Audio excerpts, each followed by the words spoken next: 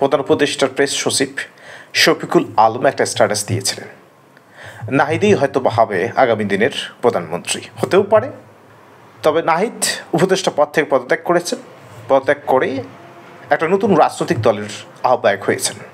সেই নতুন রাজনৈতিক দলটি জাতীয় নাগরিক পার্টি থেকে আবার একের পর এক নেতা পদত্যাগ করতেছেন। তবে কি এই রাজনৈতিক দলটির জন্য পদত্যাগে কি সিগনেচার ওয়ার্ড? কারণ নাহিদ উপদেষ্টা পদ থেকে পদত্যাগ করে এই পার্টিতে যোগদান করেছেন এবং সেই সঙ্গে মাত্র 7 দিনের ব্যবধানে এই পার্টি থেকে তিনজন নেতা পদত্যাগ করেছেন। ভিন্ন ভিন্ন দৃষ্টিকোণ থেকে অনেকেই এটাকে ব্যাখ্যা করতে পারেন, কিন্তু যতই ব্যাখ্যা করেন না কেন 7 দিনের ব্যবধানে 3 জন নেতার পদত্যাগ এই দলটির জন্য নেতিবাচক ছাড়া ইতিবাচক হবেই না।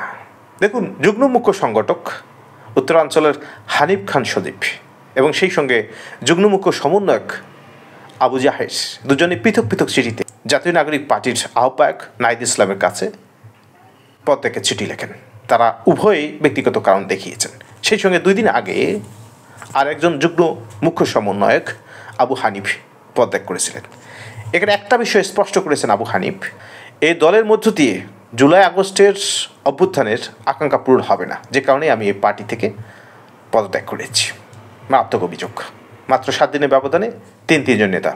অবশ্যই দল ঘোষণার আগে কে কোন পদে থাকবে ব্যাপক আলোচনা করে পদবণ্টন করা হয়েছে। তবে কী এমন ঘটল, 28 তারিখে যে দলটির ঘোষণা আসলো সেই দলটি থেকে কয়েকজন নেতা একের পর এক দল থেকে পদত্যাগ করতেছে। তো প্রেস সচিবের যে আকাঙ্ক্ষা, যে স্বপ্ন, একদিন হয়তো বা নাহিদ প্রধানমন্ত্রী হবে, আশা এবং আকাঙ্ক্ষা সবাই করতে পারে। তবে যে নাহিদ ইসলাম আহ্বায়ক হয়ে এই নতুন রাজনৈতিক দলে কর্ণধার হয়েছেন, সে নাহিদ ইসলাম যদি নেতাদের ধরে রাখতে না পারেন, ভবিষ্যতে প্রধানমন্ত্রী কীভাবে হবেন? যে হারে নেতারা পদত্যাগ করতেছে, এই ধারা যদি অব্যাহত থাকে, এই নির্বাচনের আগ মুহূর্তে এই রাজনৈতিক দলটি কোমর সোজা করে উঠে দাঁড়াতে পাবে তো? প্রশ্ন, সন্দেহ থেকেই যায়। অবশ্যই নাহিদ ইসলাম চেষ্টা করবেন জুলাই আগস্টের অভ্যুত্থানকে রক্ষা করে এবং স্পিরিটকে কাজে লাগিয়ে এই রাজনৈতিক দলটিকে বড় করতে এবং জনসাধারণের মধ্যে এ দলের স্পিরিটকে মিলিয়ে দিতে।